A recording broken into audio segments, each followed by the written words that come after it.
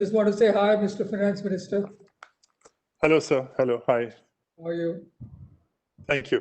Thank you for having me, sir. Thank you, sir. Thank you for coming in at a short notice. Okay. Good afternoon, everybody. Welcome to this yet another engaging session with what I call not a partner state, but our home state, the state of Punjab. Most of our members in PAFI call Punjab home. Many of us have grown up there. All of us are fed out of the agriculture that gets produced in the state. We are very, very happy and pleased to have Mr. Manpreet Badal, the Honorable Finance Minister of the state, and he will be having a very honest, open, and candid conversation with somebody who keeps all the conversation very candid all the time, our friend Raj Chengappa, who's obviously the Group Editorial Director for the India Today Group. We could not have asked for a better time to have this conversation. I mean, particularly Mr. Badal has been the leading voice of cooperative federalism as far as the GST is concerned, and he's really stuck to his gun. And I must congratulate him that we were, behind the scene, we were talking about a very interesting story called "The Other Guy Blinked." We did see the other guy blink, Mr. Badal, and congratulations on that. And I know that we are also in the middle of a very, very important conversations around the farm bill. I am sure some of these important issues will be addressed during this conversation. Without any further ado, I will hand over to Raj, and after this conversation is done, towards the end, I will request my colleague Viraj Chouhan from PepsiCo to come and conclude the session. So over to you, Raj. I will shut up now. Thank you, Ishteyaque. And hello, everyone there. I'm delighted to welcome Manpreet Singh Badal, the Finance Minister of Punjab, who I regard not only as a friend, but a very erudite politician whom I greatly respect. Punjab, as we know, is in the midst of a storm over the agriculture reforms moved by the central government. And we have seen the Legislative Assembly pass bills to make Punjab specific changes to them. They are yet to pass central government muster. Its industrial revival, meanwhile, remains a work in progress. And the finances of the state, though Manpreet has done a good job in the past 3 years, needs vast improvement. What it does have is a state political entity in the form of the Congress government, led by Capt. Amarinder Singh, and to use an army term, he has very able lieutenant in Manpreet Badal. We will discuss all these issues that this frontline state faces in a moment. But before that, let me invite Manpreet Badal to make a few opening remarks, and then we can proceed. Well, thank you, Raj Saab. Ishteyaque Saab, President of the PAFI, and Mr. Raj Chengappa Saab, Viraj Chouhan Saab, Amardeep, ladies and gentlemen, captains of industry. It's my privilege and a pleasure to be here with you this afternoon. And I apologize on behalf of my Chief Minister. He was supposed to actually be in this session, but he had pressing political engagements which he could not get out of. So I have to stand by for him. As far as Punjab is concerned, ladies and gentlemen, Punjab has played a unique role in the history of the Indian subcontinent, a role which is completely disproportionate to its size and population. And history teaches us that the nation is defined not by geography, but by the character of its people. So over the centuries, the names of innumerable cities and nations, they lie buried in the annals of history. But the name Punjab, the land of the 5 rivers, despite having faced some of the fiercest challenges known to mankind, continues to persist since antiquity. And over the centuries, Punjab has sent millions of its finest sons in the face of great danger to defend the dignity and freedom of this nation. And all we have ever asked in return is enough land to bury those sons who could not come back alive. And the task of my government today is that of a canary which guides the coal miners from the deepest recesses of the earth towards light. And to quote one of my favorite presidents of the United States, John F. Kennedy, no greatness of achievement is impossible for good men determined. Fortune is the unfailing ally of the brave. So the boundless energy and talent of the people of Punjab, it's like a flame. It can be hidden, but it can never be extinguished. And the task of my government is to reveal this phenomenal flame to the rest of the world once again. Having said that about Punjab, these are very exciting times to be a politician, and these are very exciting times to be an Indian. You know, you could have been an Indian from 1950 to 1990, when India's GDP was growing at 3%, our population was growing at 2.5%. So effectively, nothing was growing for India. And since 1992, 93, when Indian GDP has started clocking 7-8% growth, population has fallen from 2.5 to 1.5%. People like me have started dreaming dreams which my grandfather's generation could have never dreamt of, or my father's generation could have never dreamt of. And those dreams are that one day India will join the community of nations as an honorable member. So while I don't want to take too much time, while Punjab occupies only 1.5% of India's landmass, yet we contribute about 3% to India's GDP. It's the food bowl of India, and 95% of all bicycle components are actually produced in Punjab. 95% of all woolen hosiery is actually produced in Punjab. 30% of India's tractors actually produced in Punjab. And in fact, the World Rugby Cup in Japan in 2019, the rugby balls were actually produced in Punjab. And it's out of all the Indian states, we're ranked second in terms of happiness. So, and finally, what I want to say is that Punjab is probably the only state which has never seen labor unrest. We've never had a strike, or not a one day of industrial day has been lost on account of labor unrest. We have a very flexible hiring policy. Punjab is probably the only state which doesn't require domicile to be employed in Punjab. We have 24-hour shift, and gender is not an issue. So Punjab has tremendous advantages, but I can go on, but I think we should get on with the Q&A session rather than me delivering a monologue on Punjab. Thank you, Manpreet, for giving us this overview. I'm going to go straight to the gut level issue that's currently bothering Punjab. And can you all hear me? Can we switch off all the mics in case somebody's not? Yeah, is this better now, everyone? Much better, sir. Yeah. All right. Well, Manpreet, Punjab is the one that heralded the Green Revolution, and we are all proud and thankful to the state for being the Grain Bowl of India. But what surprises me is that when the central government has moved these major agriculture reforms, Punjab has opposed it tooth and nail rather than be the leader of the Green Revolution 2.0. So why has Punjab taken such an adverse stand against these reforms? It should have actually adopted all of these and said, look, let's just, we showed the way in the 60s, now let's show the way in 2020. Raj, I think what Punjab has objected to, and believe me, the Kisan may seem as a very simple man, but he realizes where the benefit and where the loss lies. All Punjab is saying is that we will welcome private investment, private trade to come into Punjab. But all we have legislated on is that no private trader can buy below the minimum support price announced by the government of India. That is one.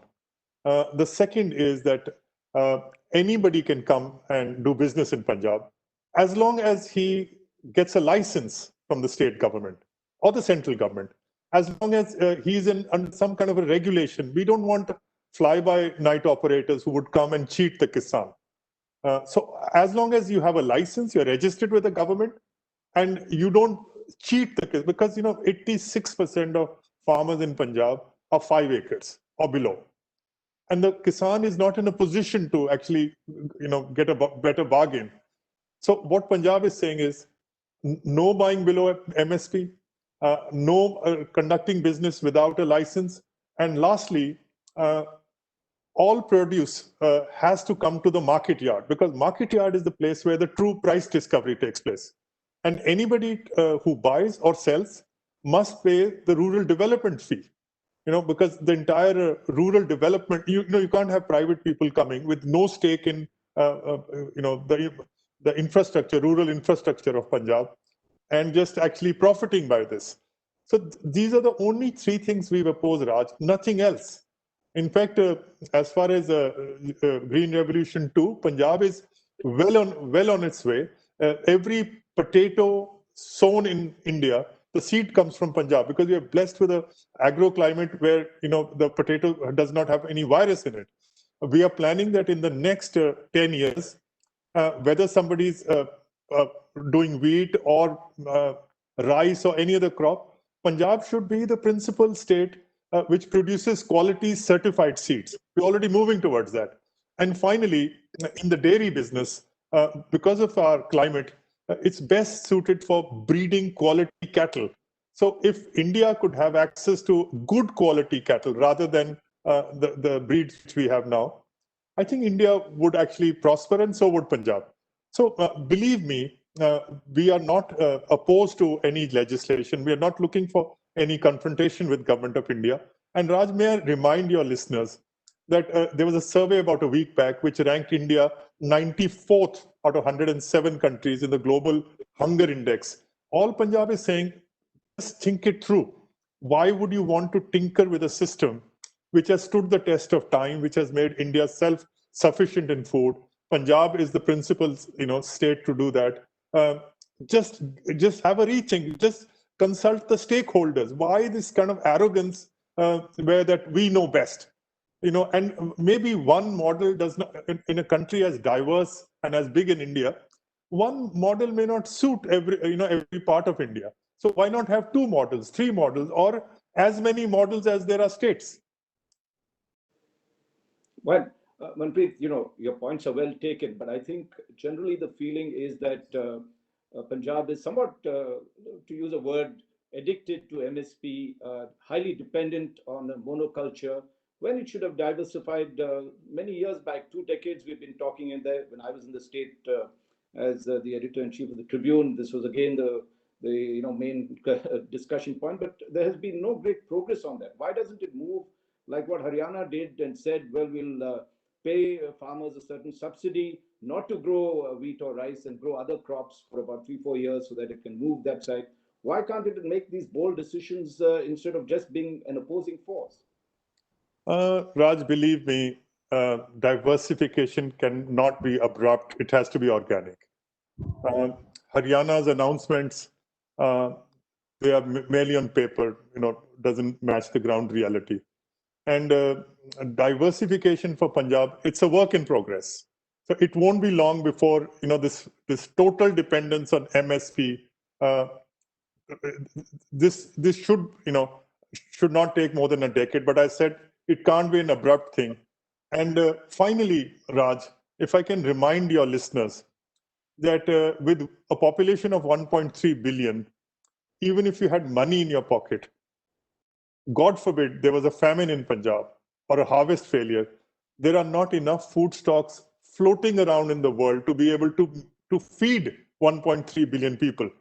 Somebody would argue that, why spend on defense? Why keep such a large army? Why do we have to buy so many armaments? But God forbid, if a situation like what exists in Ladakh today were to arise, then where will you get an army from? So sometimes, food security is as important as national security. I'm sure the Indian policy makers would think it through. We have just given Government of India just an opportunity or a window to rethink this. But if you take a look at some of the things that Punjab should have done, and possibly a government has even talked of this, and in your budget you've allocated it, is that if it had to diversify, you ought to have agro-processing industries, which is something that we wanted to discuss in this session. That you should have been setting up a lot of those. You should have created demand rather than just being supply driven. You know, when you talked of our food shortage, we're not really grain short. We have surplus grains. I think today at the FCI godowns, we are 40% above what our normal, stocking levels are supposed to be. So actually, we should move on the other direction, where we are able to then provide farmers, when you're growing, for instance, horticulture and other things, agro-processing industries that can do the job. Why isn't that being done in the kind of fervor that is needed for this diversification? Raj, two things. Agriculture is a state subject. And believe me, every state government is so stretched for money that in the last 25 years, we have not been spending enough on research. So while some research has taken place on wheat and rice seeds, but the real research, in legumes, in say mustard, in other crops, that has not taken place.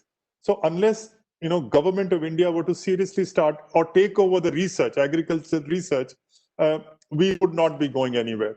And one sad story about Punjab is that about 20 years back, we had to take a decision whether we want to go with the cow or the buffalo.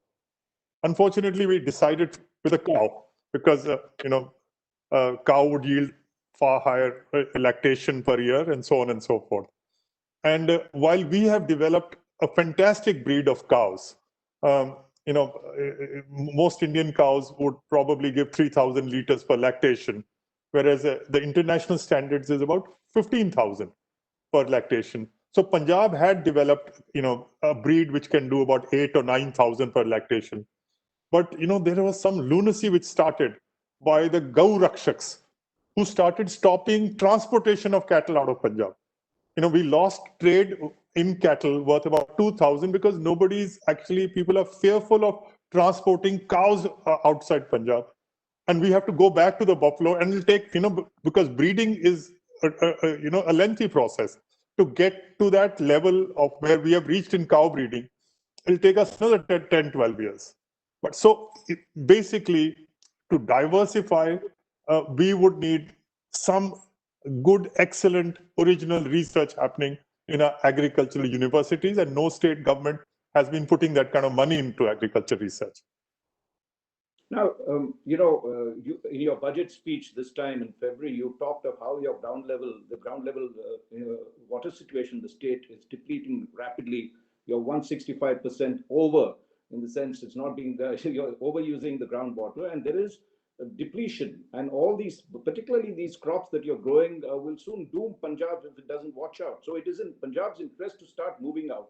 What could happen, and let's come back to the MSP question, is Maharashtra tried to impose an MSP about, protested and said, you should buy only MSP prices. And there was a huge protest and they had to lift that thing. Now, given the fact that India's surplus in wheat and rice, other states will be able to sell to the central pool, and Punjab could be denied that if it doesn't follow this thing. So why are you so insistent? MSP has never been legislated. It has always been an administrative decision. Why is this insistent on that? And secondly, isn't it in Punjab's interest to start moving away and doing the kind of things that it should do to diversify? It's such a progressive state when it comes to agriculture. It shouldn't be the first state that is opposing this. Well, Raj, as I said before, answering a similar question, is that diversification has to be organic, not abrupt. Punjab's diversification is work in progress. And within the decade, we should be able to actually, as I said, we should be able to move up the value chain rather than just sticking to the wheat and rice monoculture. And hopefully, we would become the dairy state of India. We would become the fruit and the veggie state of India. Unfortunately, Raj, while India sits on mountains of food grains, an average Indian is still malnourished. And an average Indian must have access to milk. He must have access to fruits and veggies, and a little bit of hand-holding by Government of India in terms of creating the cold chain structure, etc., etc. That would be a great help. Okay, but you didn't answer the MSP question. Why do you want it to be fixed? and legislated upon. It's never been legislated upon. It's always been an administrative decision. You will start discouraging industry to come in there if you put all these rules. The whole idea was to free up the farmer. Just like any business is free to sell their products anywhere in the country, the farmer should be free to sell in any market, any place, any time. That's the way forward. Why would you then again put legislation to insist that every trader must be registered? All these things were done to free up things. And as you know, central procurement is only 6% of the total production that's there. The rest is supposed to be free for sale. Only Punjab of its prowess gets about 50 to 60% of its produce bought by the FCI and others. So why would you insist on this? Aren't you in some senses dooming yourselves? Well, I think we're talking through a lot of experience, Raj. And all we are suggesting to the government of India is, these are the same arguments which were given when they went in for Notebandi. This is the same argument which was given for GST. We were even given constitutional guarantees that compensation would be paid in full and on time. And, they have gone back on that. So, how would it benefit the farmer? How would it benefit? You'll have to explain it to me. If I would say, okay, we will not insist on MSP, and the people will actually start. Look at the Bihar experience. They dismantled the APMCs in 2006. Every crop in Bihar, the most exploited farmer of India is the farmer of Bihar, is sold below at least 30% below MSP. So if the state government would always saying is, welcome, but please buy at MSP. You can't go below MSP. I think it's very fair, and otherwise agriculture would be in distress. Okay, I'm going to shift a bit. We can argue till the cows come home on the agriculture thing, and it's a very important subject. I think let's touch on industry, which when your government came in to power in 2017, you announced a new industrial policy. It was very ambitious. You talked of developing infrastructure. You talked of, I think, setting up 10 technological centers. You talked of facilitating 1,000 startups. Where have we reached 3 years down the line in terms of that kind of industrial development? Is Punjab on the way to industrial recovery? Raj, been very lucky that in the last 3.5 years, we have had almost 69,000 crores worth of investments grounded. That means they're actually, being grounded in the state. And even during the COVID, where most states would not have done so well, 3,600 crores of investments have come into Punjab. Our new industrial policy has been a success. We are now working on 3 major industrial parks, one at Ludhiana, one at Rajpura, and one at Bathinda. So, Punjab had never seriously gone in for a public relation exercise, selling Punjab as an investment destination. Whatever industry had come in was out of the sheer hard work and talent of the Punjabis. But in the last 3 years, we've done better than probably any other state of getting this kind of investment. Hopefully, people have started talking about Punjab. We should be. I'm pretty happy with this. Manpreet, we've got about 20 minutes to go, so I'm going to open this out for questions from the audience. If there is, how do we get to know if someone wants to ask a question? What we'll do, Raj, if there is any question, we'll put it in the chat for you directly. So you can probably go ahead with one more question while we're collecting the question from the audience. All right. Good. Then let's, Manpreet, let's talk about industry itself. Now, what is the kind of incentives? Because this session is supposed to be looking at what can be the key areas that Punjab would like to develop in terms of industry, and what is the kind of support it is giving industrialists who are coming into the state to invest in. What have you done in terms of power? What have you done in terms of utilities like water and everything else that's there? And what is the kind in terms of land? Has there been an opening out of that? Is there been land being given at concession? You have started these industrial belts that are close to the highway. How successful have those kind of corridors been in terms of industry? Well, Raj, we have started an office called Invest Punjab. and it was actually recognized as one of the best models for by investors who were coming to Punjab. And it's not a single window; it is the only window. And the CEO of Invest Punjab is fully empowered. He holds concurrent charges of 23 other departments, like for basically CLU, water, electricity. So that single gentleman is actually entitled to give all the clearances. As I said, 3 new industrial parks are coming up at this very moment. And especially agri and food processing, textiles, light engineering, tractor manufacturing, bicycle manufacturing. There is something we have started called the Cycle Valley project. It's 400-500 acres of going up in the value chain in bicycles. One thing which Punjab was very infamous for was the truck unions. It was a huge political decision and a political risk. But in 2017, when the Congress government came in, we abolished the truck unions. So can you imagine in one day, all truck unions of Punjab were disbanded.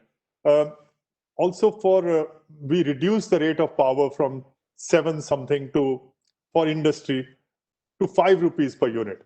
And this we have frozen for the next, whatever, in 17, we froze it for 5 years. So regardless of what the power tariff is, industry in Punjab gets power at 5 rupees a unit. And as far as the industrial policy is concerned, because we are acutely aware that Punjab is playing catch up. So we especially designed a very liberal industrial policy. Not only do we each industry, the concessions which we give is on a case-to-case basis, but even in terms of not just returning SGST, we are actually also reimbursing the IGST. Interstate sales are made, but we reimburse that as well. And that is why plants like PepsiCo and all have come up in Punjab at an investment of about 800 crores. And they've set up a plant near Jammu, near Pathankot, but obviously they'll be supplying to Jammu and Kashmir, but we'll be paying the tax of any goods sold even in Jammu and Kashmir. I think there's a question that is flashed on the chat. Can you see it, Manpreet? And Sir, one second. I'm trying to catch Punjab that. is a water strength, water usage should. Yeah. So you could possibly read the question out.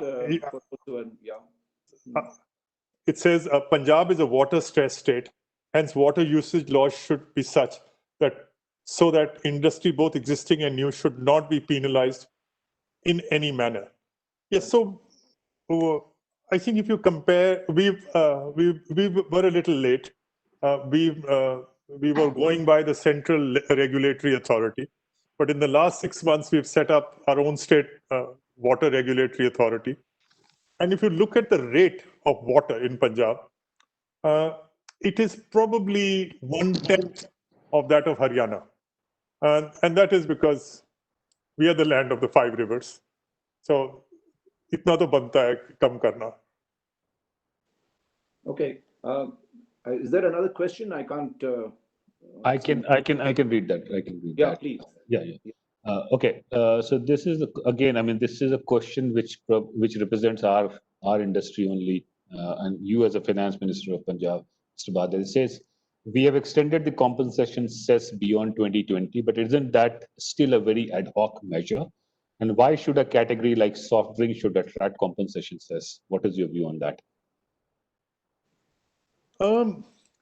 Compensation cess has been extended because there was a constitutional provision that states will be paid a 14% increase every year for 5 years because of COVID and some teething problems with GST. That would have not been possible. Either we go back and amend the constitution, or we just extend it for a few more years. As far as soft drinks is concerned, these for some reason have always attracted some kind of medical and public sources that these should be taxed at a higher rate, and people should be discouraged from drinking the kind of sugar which they have.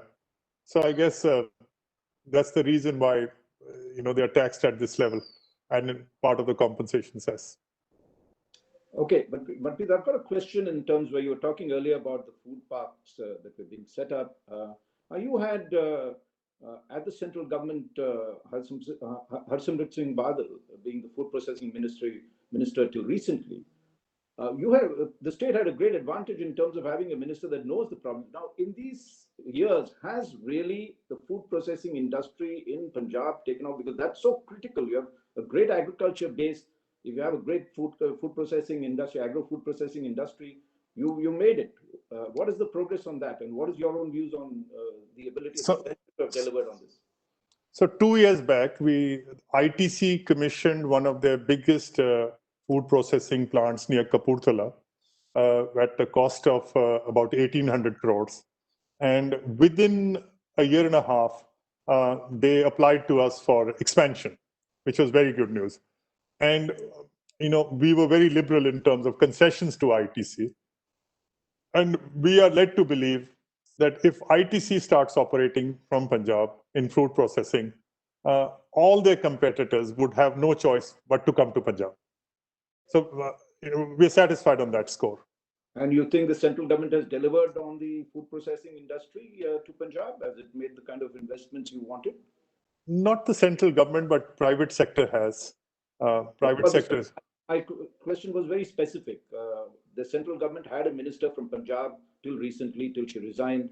What is the kind of work that she has done, or her ministry has done for Punjab during this period of 5 to 6 years? Well, if I may be able to say it, I was told by Harsimrat Kaur Badal that the Prime Minister never used to consult her. And any decisions on her ministry was taken directly from the PMO to the Joint Secretary or the Secretary. And she was completely bypassed. So I don't think so she had any hand in either policy or policy implementation. Okay. I don't want to get into the politics of a lot of these things, but let's get to into the blueprint for revival. One, you talked of industry. What I don't see is an agriculture revival in a different way. Is that fine? The center has made a move and says that this is the start of a huge reform process for agriculture. I don't see from Punjab side a kind of an agriculture blueprint which says, look, we were the foremost producing state, still is.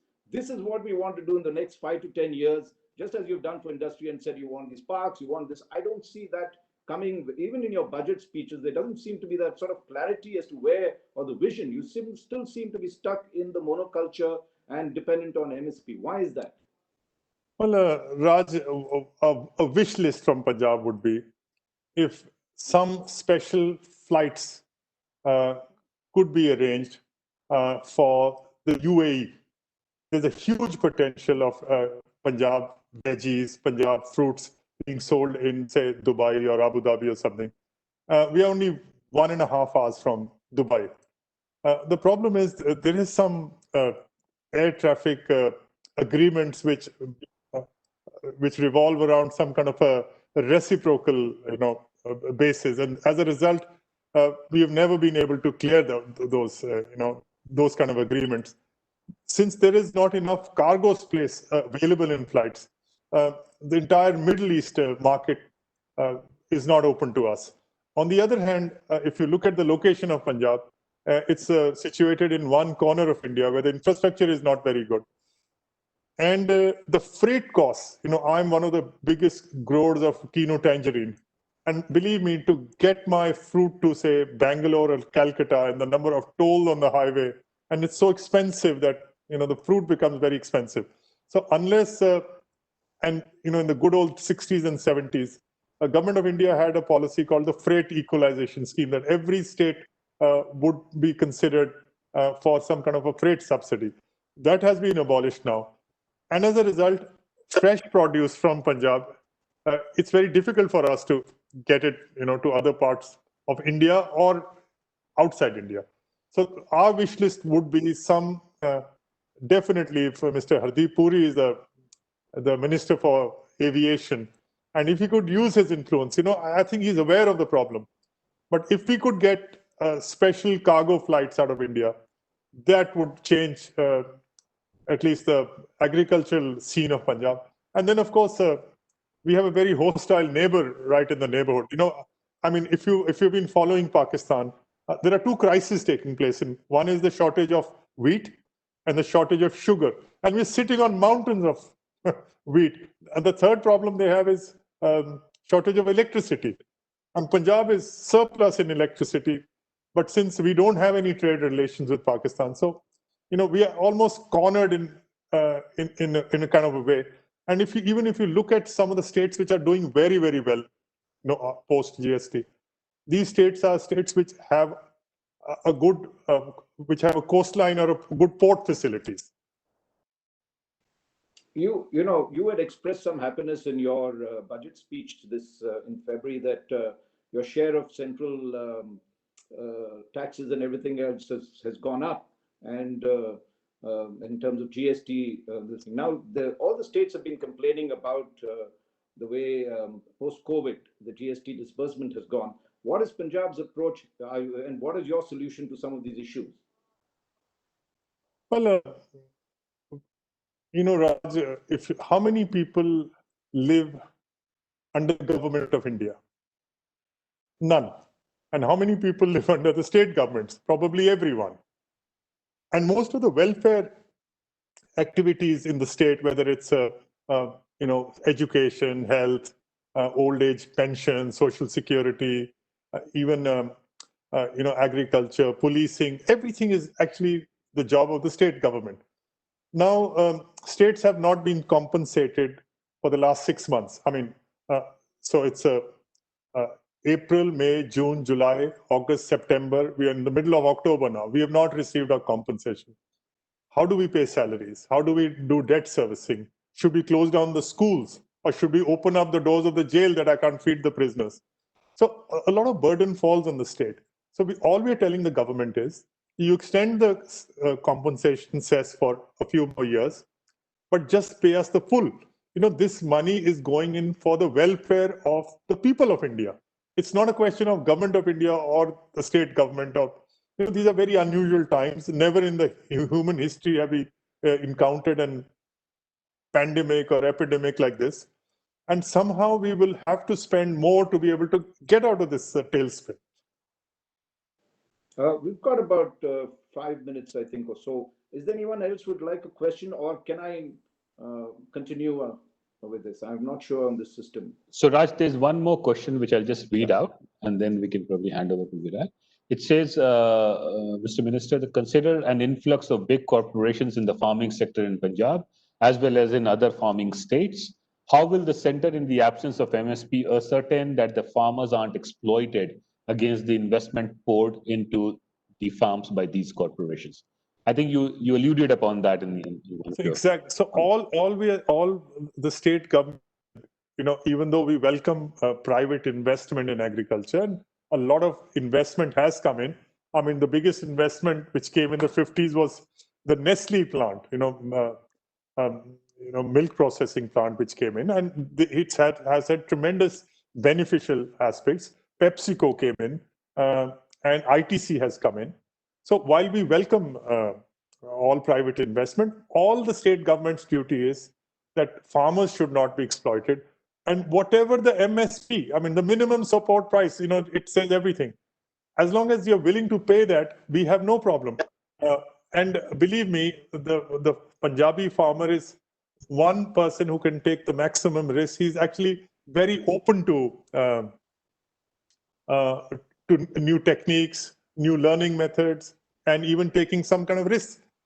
So Punjab is an ideal location. And even though we are a very small state, when Punjab speaks, the rest of India listens.